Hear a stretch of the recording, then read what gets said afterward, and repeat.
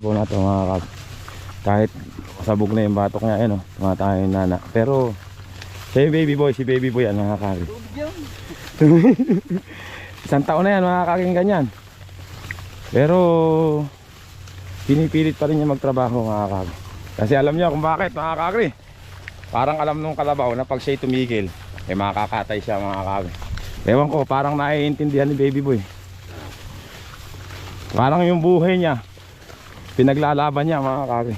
Kaya ganyan siya, hindi naman mahirap hilahin, konti lang karga niya, tapos matigas.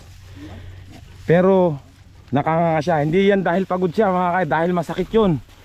Masakit yung batok niya mga kagri.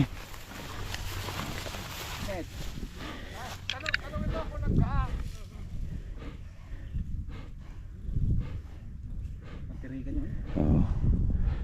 Yan yung sinasabi ko sa inyo mga kagri.